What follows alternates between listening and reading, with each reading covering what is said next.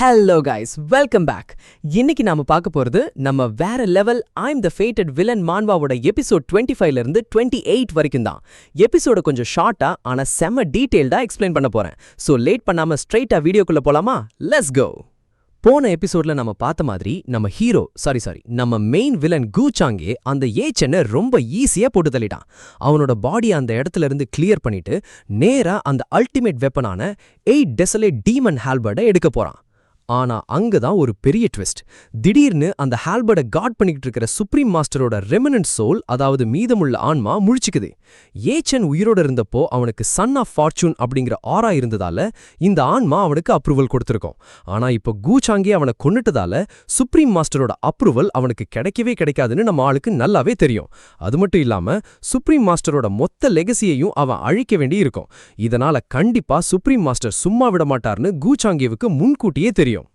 அப்போ supreme master, என்கிட்ட வரதுக்கு முன்னாடி உன்னோட உண்மையான சுயரூபத்தை காட்டு அப்படின்னு கு சாங்கேவ 10க்கு கத்துறாரு. நம்மாலுதான் ஏற்கனவே ஸ்பேஸ் எலிமெண்ட்டை யூஸ் பண்ணி எஸ்கேப் ஆக தயாரா இருக்கானே. சுப்ரீம் மாஸ்டர் கு சாங்கேவ ஸ்கேன் பண்ணி பார்த்த அந்த ஒரு செகண்ட்லயே ஷாக் ஆயிடுறாரு. ஏன்னா கு சாங்கேக்குள்ள யாராலையும் நினைச்சு பார்க்க முடியாத அளவுக்கு ஈடு இணையற்ற டிமானிக் நேச்சர் நினைஞ்சிருக்கு. இத பார்த்த உடனே சுப்ரீம் மாஸ்டர் அவன் மேல ஒரு பயங்கரமான அட்டாக்கை லான்ச் பண்றாரு. ஆனா இதெல்லாம் நம்ம கு சாங்கேக்கு ஜுஜுபி. அவன்கிட்ட தன்னை தற்காத்துக்க பல ஓபி ஆர்டிசாக்ஸ் இருந்ததால இந்த அட்டாக் அவனை ஒரு முடி கூட புடுங்க முடியல. கு சாங்கே ரொம்ப கூலா, என்கிட்ட கொஞ்சம் தீய குணம் இருக்கலாம், ஆனா நான் எந்த தப்பும் பண்ண மாட்டேன், சோ உங்களோட லெகசியை என்கிட்டயே கொடுத்துருங்க அப்படின்னு கேக்குறான். ஆனா சுப்ரீம் மாஸ்டர், நோ சான்ஸ், உனக்குள்ள இருக்கிற அந்த ஈவில் நேச்சரை வச்சு பார்த்தா நீ இந்த உலகத்துக்கே ஆபத்து அப்படின்னு சொல்லி ஸ்ட்ரிக்ட்லி ரிஜெக்ட் பண்ணிடுறாரு. அவ்வளவுதான். கு சாங்கே அவனோட ரியல் வில்லன் மோட ஆன் பண்றான். செத்து போன நீங்க உயிரோட இருக்கிறவங்க விஷயத்துல தலையிடாம உங்க கல்லறையிலேயே அமைதியா கிடக்கணும் அப்படின்னு செம மாசா ஒரு டயலாக் விடுறான். இதை கேட்டதும் சுப்ரீம் மாஸ்டருக்கு கடும் கோபம் வருது. அவர் தனது முழு சக்தியையும் திரட்டி கு சாங்கே மேல ஒரு மேசிவ் அட்டாக்க போடுறாரு. ஆனா நம்ம சாங்கே முன்கூட்டியே ரெடியா இருந்ததால தன்னை சுத்தி பல லேயர்ஸ்ல டிஃபென்ஸ் ஷீல்ட்ஸை கிரியேட் பண்ணிக்கிறான். பூம்! அந்த பெரிய பில்டிங்கே இடிஞ்சு விழுகிற அளவுக்கு அங்க ஒரு பயங்கரமான குண்டு வெடிப்பு நடக்குது. அந்த இடமே தரமட்டமாகுது. ஆனா டஸ்ட் எல்லாம் கிளியர் ஆனதுக்கு பிறகு பார்த்தா நம்ம கு சாங்கேவுக்கு ஒரு சின்ன ஸ்கிராட்ச் கூட ஆகல. அப்படியே கெத்தா நின்னுட்டு இருந்தான்.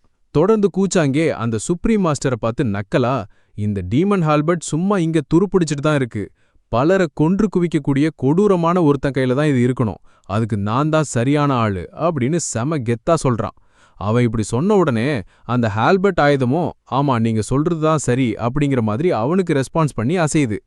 இத பார்த்த சுப்ரீம் மாஸ்டர் பதறி போய், அந்த டீமன் ஹால்பர்ட் ரொம்பவே மோசமான ஒரு தீய சக்தி, அது மட்டும் இங்கிருந்து வெளியே போச்சுன்னா இந்த உலகத்துல இருக்கிற எல்லாவற்றையும் எரிச்சு சாம்பலாக்கிடும் அப்படின்னு வார்னிங் கொடுக்கறாரு. ஆனா நம்ம கு சாங்கே அத பத்தி எல்லாம் கொஞ்சம் கூட கவலைப்படல. உடனே சுப்ரீம் மாஸ்டர் தன்னோட முழு ஆற்றலையும் திரட்டி, தீய வழியில நடக்கிறவிட யாரா இருந்தாலும் அவங்க கண்டிப்பா அழிஞ்சுதான் ஆகணும் அப்படின்னு கத்துறாரு. அதுக்கு கு சாங்கே கொடுத்த பதிலடிதான் வேற லெவல். ஹோஹோ, உண்மையின் பாதையில நடக்கிறதா பீத்திக்கிற நீங்க மட்டும் என்ன அவ்வளோ பெரிய உத்தமரா அப்படின்னு ஒரு போர்டு போடுறான். குசாங்கே தொடர்ந்து, உங்களோட அந்த மரபை யாருக்காவது கொடுக்கணுங்கிற சுயநலத்துக்காக தானே இத்தனை பேரையும் இந்த இடத்துக்கு வர வச்சிங்க. இப்போ அவங்க எல்லாரும் குத்து குத்தா செத்துக்கிட்டு இருக்காங்களே, உங்களோட அந்த சுயநலம் இல்லையா அப்படின்னு அவரோட முகத்திரையை கிழிக்கிறான். மாட்டிக்கிட்ட சுப்ரீம் மாஸ்டர் சமாளிக்கிறதுக்காக கல்டிவேஷன் உலகத்துல 2 வழிதான் இருக்கு. ஒன்று போராடி வலிமை பெறணும், இல்லனா அந்த போராட்டத்திலேயே சாகணும் அப்படின்னு பழமொழியெல்லாம் சொல்றாரு.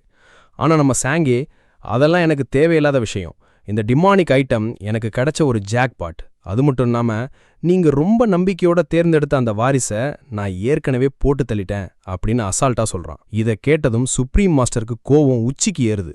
குசாங்கே மேல ஒரு பயங்கரமான எனர்ஜி பீமை ஏவி தாக்குறாரு. ஆனா நம்மால சும்மா இருப்பானா? டக்குன்னு தன்னோட ஸ்பேஸ் எலமெண்ட்டை யூஸ் பண்ணி அந்த இடத்துல இருந்து அப்படியே டெலிபோர்ட் ஆகி எஸ்கேப் ஆகிடுறான். இதனால அந்த தாக்குதல் மிஸ் ஆகி நேரா அங்க இருந்த லிலி மேல பட்டு அவ பலமா அடிபட்டு கீழே விழுகிறா. குசாங்கே வாய்ட் ஸ்பேஸ் நுட்பத்தை பயன்படுத்தியதை சுப்ரீம் மாஸ்டர் அப்பதான் உணர்றாரு. ஆனா அதுக்குள்ள குசாங்கே அந்த ஹால்பர்ட் இருக்கிற இடத்துக்கே ரீச் ஆகி, இனிமேல் இது எனக்கு மட்டும்தான் சொந்தம் அப்படின்னு சொல்லி அதை தொடுறான். அடுத்த செகண்டு குசாங்கே அந்த ஹால்பர்ட் மேல இருந்த முத்திரையை உடைக்கிறான். அந்த சீல் உடைஞ்ச உடனே யாருமே கற்பனை செஞ்சு பார்க்க முடியாத அளவுக்கு அதீத தீய ஆற்றல், டிமானிக் எனர்ஜி ஒரு சுனாமி மாதிரி அந்த ரகசிய உலகம் முழுசும் பரவுது. அதோட இம்பாக்ட் தாங்க முடியாம அங்கிருந்த பல கல்டிவேட்டர்ஸ் ஒரே செகண்ட்ல எரிஞ்சு சாம்பலா போயிடுறாங்க. இதையெல்லாம் பார்த்த சுப்ரீம் மாஸ்டர் லாஸ்டா கு சாங்கேய அட்டாக் பண்ண ட்ரை பண்றாரு. ஆனா கூச்சாங்கே அந்த டீமன் ஹால்பர்ட கையில எடுத்து அப்படியே ஒரே ஒரு வெட்டு வெட்டுறான். அந்த தாக்குதலோட வேகத்துல அந்த பெரிய மாளிகையே ரெண்டா பொளந்து விழுது. அது மட்டும் இல்லாம அந்த சுப்ரீம் மாஸ்டரோட உடம்பும் அட்டகாசமா ரெண்டா வெட்டப்படுது. ஆனா நம்ம கூச்சாங்கே இதோட நிறுத்தல. அவன் எவ்வளவு பெரிய கிரிமினல்னு நமக்கு தெரியும் தானே. சுப்ரீம் மாஸ்டரை கொன்னது மட்டும் இல்லாம டக்குன்னு ஒரு மேஜிக் பாட்டில எடுக்கிறான். அந்த மாஸ்டரோட மீதம் இருந்த அத்தனை ஆற்றலையும் தன்னோட பவரை ஏத்திக்கிறதுக்காக அந்த பாட்டிலுக்குள்ள சக்குன்னு உறிஞ்சி எடுத்துக்கிறான். பாவம், அந்த சுப்ரீம் மாஸ்டரோட தலை மட்டும் தனியா உருண்டு கீழே விழுது. அவரோட கதை அதோட அங்க முடிவுக்கு வருது. அடுத்து நம்ம வில்லன் கூச்சாங்கே அந்த ஹால்பர்ட்டை பார்த்து ரொம்ப ஃபீலிங்கா பேசுறான். நீ கவலைப்படாத, இத்தனை 1000 வருஷமா இங்க துருப்பிடிச்சு அனாதையா கிடந்துட்ட. ஆனா இனிமே உன்னோட புதிய எஜமானனா நான் உன்னை முழுமையா பயன்படுத்துவேன். இனிமே நீ ஒருபோதும் தனியா இருக்க வேண்டிய அவசியம் இல்ல அப்படின்னு அந்த ஆயுதத்தையே ஐஸ் வைக்கிறான். அந்த டீமன் ஹால்பர்டும் வாவ், எனக்கு ஏத்த ஆளு கிடைச்சிட்டான் அப்படிங்கிற மாதிரி ஒரு பயங்கரமான சத்தத்தை எழுப்பி கூச்சாங்கேய தன்னோட எஜமானனா ஏத்துக்குது. சரியா அந்த நேரத்துல கூச்சாங்கே தன்னோட சிஸ்டம் விண்டோவை ஓபன் பண்ணி பார்க்கறான். அங்கதான் ஒரு பெரிய ஷாக்கு. அந்த ஹால்பர்ட் ஏதோ சாதாரண கத்தி கடப்பார கிடையாது. அது ஒரு லெஜெண்டரி ஐட்டம். சிஸ்டமே அதுக்காக ஒரு ஸ்பெஷல் எக்ஸ்க்ளூசிவ் ஸ்லாட்டை ஒதுக்கி வச்சிருக்குன்னா பாத்துக்கோங்களேன். அப்போ கூச்சாங்கேயோட பணியாட்கள் எல்லாம் பதறி அடிச்சிட்டு உள்ள வர்றாங்க. அவங்க கூடவே லில்லியும் வர்றா. தடைய மீறி உள்ள வந்ததால கூச்சாங்கே கோவப்படுவான்னு நினைச்சு எல்லாரும் மன்னிப்பு கேக்குறாங்க.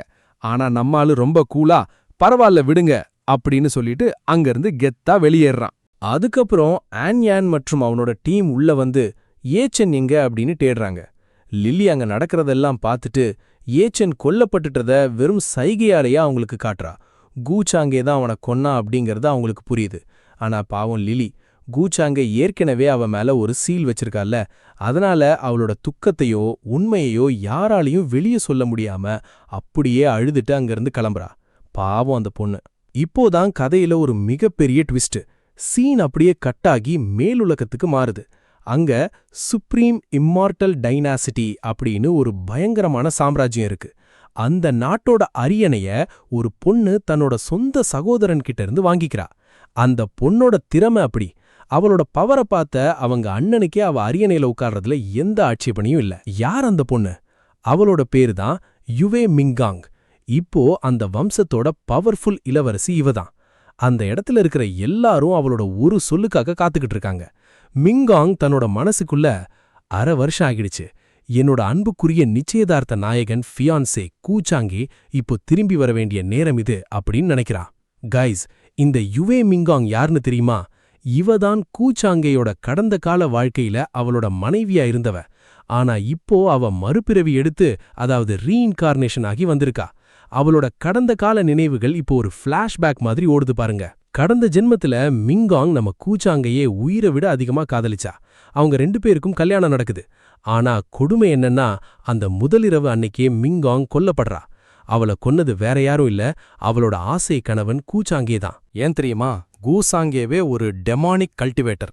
இந்த உண்மையை உலகம் தெரிஞ்சுக்க கூடாதுங்கிறதுக்காக மிங்காங் தான் ஒரு அரக்கி அப்படின்னு பழி போட்டு அவளை கொடூரமா கொலை செஞ்சிருக்கான். இவன் எவ்வளோ பெரிய கோல்டு பிளட்டட் வில்லன் தெரியுமா? மிங்காங்க கொன்னது மட்டும் இல்லாம ஒரு காலத்துல தன்னோட சொந்த தங்கச்சியோட உடம்புல இருந்த டாவோ போன் அப்படிங்கிற ஒரு சக்தி வாய்ந்த எலும்ப வலுக்கட்டாயமா பிடுங்கி எடுத்துக்கிட்டவன் இவன். இவன்கிட்ட கொஞ்சம் கூட இறக்கங்கிறதே கிடையாது. மிங்காங் கண்ணீரோட புலம்புறா. நான் யார அதிகமா நேசிச்சனோ அவனே என்ன கொன்னுட்டானே அப்படின்னு கதறா. ஆனா இந்த ஜென்மத்துல அவ ஒரு சாதாரண பொண்ணு இல்ல, அவ ஒரு ரிக்ரெசர். எல்லா உண்மையும் அவளுக்கு தெரியும். அதனால இந்த ஜென்மத்துல உன்னை முழுமையா அழிப்பேன், உன்னோட உண்மையான முகத்தை உலகத்துக்கு முன்னாடி அம்பலப்படுத்தி உன் வாழ்க்கையே நரகமாக்குவேன் அப்படின்னு வஞ்சனம் எடுக்கிறா. இனிமேதான் சாங்கேக்கு ஆப்பிருக்கு கைஸ். இப்போ சீன் கட்டானா மறுபக்கம் நம்ம கூசாங்கே அத பத்தியெல்லாம் எதுவுமே தெரியாத மாதிரி செம கெத்தா இருக்கிறான்.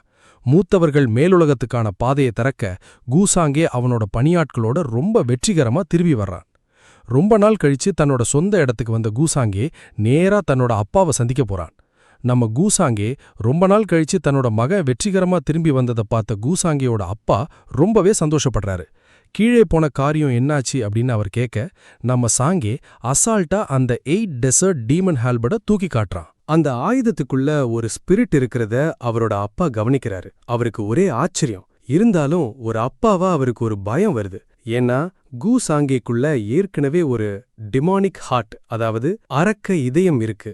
இந்த ஹால்பர்ட் ரொம்ப பவர்ஃபுல். ஆனா உன்கிட்ட இந்த டிமானிக் ஹார்ட் இருக்கிறதால இந்த ஆயுதத்தை நீ யூஸ் பண்ணும்போது முழுமையா ஒரு தீயவனா மாறிடுற அபாயம் இருக்கு. சோ இத கையாளும் போது ரொம்ப எச்சரிக்கையா இருக்கணும் அப்படின்னு அட்வைஸ் பண்றாரு. அது மட்டும் இல்லாம இந்த டிமானிக் ஹார்ட் விஷயம் மட்டும் வெளியே தெரிஞ்சா இந்த உலகத்துல இருக்கிற அத்தனை செக்ஸும், அதாவது பிரிவினரும் ஒன்னு சேர்ந்து உன்னை கொல்ல துணிவாங்க. சோ இத ரொம்ப சீக்ரெட்டா மெயின்டைன் பண்ணு அப்படின்னு வார்னிங் கொடுக்கறாரு. இவ்ளோ நாளா கு சாங்கே இந்த ரகசியத்தை மறைச்சு வச்சிருந்ததுக்கும் இதுதான் காரணம். அடுத்து அவரோட அப்பா, போய் உன் அம்மாவை பாரு, உன்னை ரொம்ப மிஸ் பண்றாங்க அப்படின்னு சொல்லிட்டு யுவே மிங்கோங், அதாவது யுவே மிங்கோங் பத்தி பேசுறாரு. நீ போனதுக்கு அப்புறம் அவ ரொம்பவே ஹார்ட் ஒர்க் பண்ணிருக்கா. இப்போ ஒரு பேரரசிய போலவே கெத்தா செயல்படுறா. உன் அம்மாவுக்கும் அவளை மருமகளா ஏத்துக்கிறதுல செம ஹாப்பி அப்படின்னு சொல்றாரு. ஆனா இங்கதான் ஒரு சிக்கல். இப்போ இருக்கிற நம்ம கு சாங்கே நினைவுகள் படி அவ மிங்கோங்க காதலிச்சதே கிடையாது. மிங்கோங் தான் அவன் மேல ஒன் சைடா லவ்ல இருந்தா. பழைய மிங்காங் ரொம்ப வீக்கான சாதாரண பொண்ணு. ஆனா இந்த ஒரு வருஷத்துல அவளோட பவர் மற்றும் ஆட்டிடியூட் மொத்தமா மாறினதை பார்த்து கு சாங்கேக்கு சந்தேகம் வருது. ஒருவேளை இவளும் ஒரு டாட்டர் ஆஃப் ஃபேட், அதாவது விதியின் மகளா இருப்பாளோ அப்படின்னு யோசிக்கிறான். ஆனா எவ்ளோ யோசிச்சும் அவனால எதையும் சரியா கெஸ் பண்ண முடியல. ஏன்னா மிங்காங் ஒரு ரிக்ரெசர், அதாவது காலம் கடந்து வந்தவள் அப்படிங்கிறது அவனுக்கு தெரியாதுல்ல. அப்படியே சீன் கட்டானா அங்க சில எல்டர்ஸ் கு சாங்கே மற்றும் அவனோட தங்கை சியான்யர் பத்தி பேசிக்கிறாங்க. காய்ஸ், இங்கதான் ஒரு பழைய கொடுமை காட்டப்படுது. சின்ன வயசுல கு சாங்கே எவ்வளவு கொடூரமானவன்னா, தன்னோட சொந்த தங்கச்சியோட உடம்புல இருந்த அந்த சக்தி வாய்ந்த தாவோ போனை துடிக்க துடிக்க பிடுங்கி எடுத்துக்கிட்டான். ஆனா அந்த பொண்ணு சாகல. ஒரு சீக்ரெட்டான இடத்துல ரொம்ப பவர்ஃபுல்லா வளர்ந்துகிட்டு வரா. அந்த தங்கை கூச்சியானியர் அங்க இருக்கிற சிஸ்டர் தாவோ கிட்ட நான் இங்கிருந்து கிளம்புறேன் அப்படின்னு சொல்றா. சியானியரோட கல்டிவேஷன் இப்போ ரொம்ப ஸ்ட்ராங்கா இருக்கிறதால சிஸ்டர் தாவோவும் அவளை போக பெர்மிஷன் தராங்க. சியானியரோட ஒரே லட்சியம் தன்னை அனாதையாக்கி தன் எலும்ப திருடின அந்த கு சாங்கேய பழி வாங்கணும். சியானியர் பழிவாங்க போறத சிஸ்டர் தாவோ தடுக்கல. அதுக்கு பதிலா அவளுக்கு ஒரு விசேஷமான மேஜிக் ஸ்டாஃப் ஒன்ன கிஃப்டா கொடுக்கறாங்க. இது ஆபத்தான நேரத்துல அவ உயிரை காப்பாத்தும். அப்பதான் சியானியரோட செல்ல பிராணியான அந்த டிவைன் பீஸ்ட் அங்க வருது. காய்ஸ், பார்க்கவே ரொம்ப மஜாவா இருக்கு. அது மேல ஏறி சியானியர் கிளம்பும்போது அவளை இத்தனை காலமா கண்ணும் கருத்துமா பாத்துக்கிட்ட அந்த மாஸ்டர்ஸ் கிட்ட இருந்து ரொம்ப எமோஷனலா கண்ணீரோட விடை பெறா. அப்படியே சீன் கட்டானா எல்டர் ஹீ மேலுலகத்தோட எல்லை பகுதிக்கு வர்றாரு. அங்க இருக்கிறவங்கெல்லாம் யாருடா இவரு, எதுக்காங்க இங்க வர்றாரு அப்படின்னு மிரண்டு போய் பாக்குறாங்க. எல்டர் ஹீ வேற யாரையும் தேடி வரல, நம்ம சியானியரை தேடிதான் வந்திருக்காரு. கு சாங்கேயோட ஆளுங்க தன்னை தேடுறாங்கன்னு தெரிஞ்ச உடனே சியானியருக்கு ஒரு சின்ன நடுக்கம். இப்போதைக்கு அந்த ராட்சசன் கு சாங்கேயை எதிர்கொள்ள நம்ம கிட்ட பவர் பத்தாது அப்படின்னு அவளுக்கு தோணுது. அதனால அவன்கிட்ட இருந்து தப்பிக்க அப்படியே மெதுவா அங்கிருந்து நழுவி மறைஞ்சிடுறா. ஆனா இங்க நம்ம வில்லன் கு சாங்கே தன்னோட மாளிகையில ரொம்ப கூலா உட்காந்து அடுத்து என்ன பண்ணலான்னு கால்குலேட் பண்ணிக்கிட்டு இருக்கான். சரியா அந்த நேரத்துல கு சாங்கே தன்னோட சிஸ்டம் உதவியோட பயிற்சியில அடுத்த லெவலுக்கு போறான். அதாவது ஒரு பயங்கரமான பிரேக் த்ரூ. அவன் கிட்ட இருந்து வெளிப்பட்ட அந்த அதீத பவரை பார்த்து அங்க இருக்கிற அத்தனை பேரும் ஷாக் ஆகுறாங்க. ஆமாங்க கைஸ், நம்ம ஆளு இப்போ வெற்றிகரமா காட் கிங் ராம் நிலைய அடைஞ்சிட்டான். ஆனா இங்கதான் ஒரு ட்விஸ்ட். கு சாங்கேயோட உண்மையான பவர் எப்பவுமே மறைக்கப்பட்டு தான் இருக்கும். வெளியே தெரியறதை விட இவன் பல மடங்கு ஸ்ட்ராங். இப்ப இந்த கிங் நிலையை அடைஞ்சதுக்கு அப்புறம் இந்த உலகத்தோட அசைவுகளை கூட அவனால ரொம்ப நுட்பமா உணர முடியுது. சாங்கே தான் திருடின அந்த தாவோ போனை ஊத்து பாக்குறான். சியானியர் உயிரோட இருக்கிறதும் அவளுக்கு பின்னாக சில பெரிய தலைகள் பேக்கர்ஸ் சப்போர்ட்டா இருக்கிறதும் அவனுக்கு தெரியும். அது மட்டும் இல்லாம அவனோட நிச்சயதார்த்த பொண்ணு மிங்கோங்கோட திடீர் மாற்றமும் அவனுக்கு பெரிய குழப்பத்தை கொடுக்குது. நம்ம சாங்கேயோட சீக்ரெட் என்ன? அவன்தான் அந்த தீய சக்சஸர் ஆஃப் டெமானிக் ஆர்ட்ஸ். ஆனா இந்த உண்மைய உலகத்துக்கு தெரியாம மறைச்சுக்கிட்டு ஹெவன்லி டாவோ இம்மோர்டல் பேலஸ்ல ஒரு நல்ல பிள்ளையா தன்னை தக்க வச்சுக்கணும். அதுக்காக தான் சியானியரை தேடி எல்டர் ஹீயை அனுப்பி அவளுக்கு சப்போர்ட்டா இருக்கிற பெரியவங்களோட வாயை அடைக்க பிளான் போடுறான். லாஸ்டா தன்னோட சிஸ்டம் மால்ல இருந்து ஒரு பயங்கரமான ரகசிய வித்தைய விலக்கி வாங்குறான். இவன் அடுத்து என்ன பிளான் போட போறான்னே தெரியலையே. இதோட இந்த எபிசோட் முடியுது காய்ஸ். இந்த வீடியோ உங்களுக்கு பிடிச்சிருந்தா மறக்காம அந்த லைக் பட்டனை தட்டிடுங்க. அப்படியே நம்ம சேனலுக்கு புதுசா வந்திருந்தா அந்த சப்ஸ்கிரைப் பட்டனை அழுத்திட்டு பக்கத்துல இருக்கிற பெல் ஐக்கானையும் தட்டி விடுங்க. அப்போதான் அடுத்தடுத்த விறுவிறுப்பான எபிசோட்ஸ் உங்களை தேடி வரும். சீக்கிரமே அடுத்த வீடியோல உங்களை சந்திக்கிறேன். அது வரைக்கும் டாடா, பை பாய்.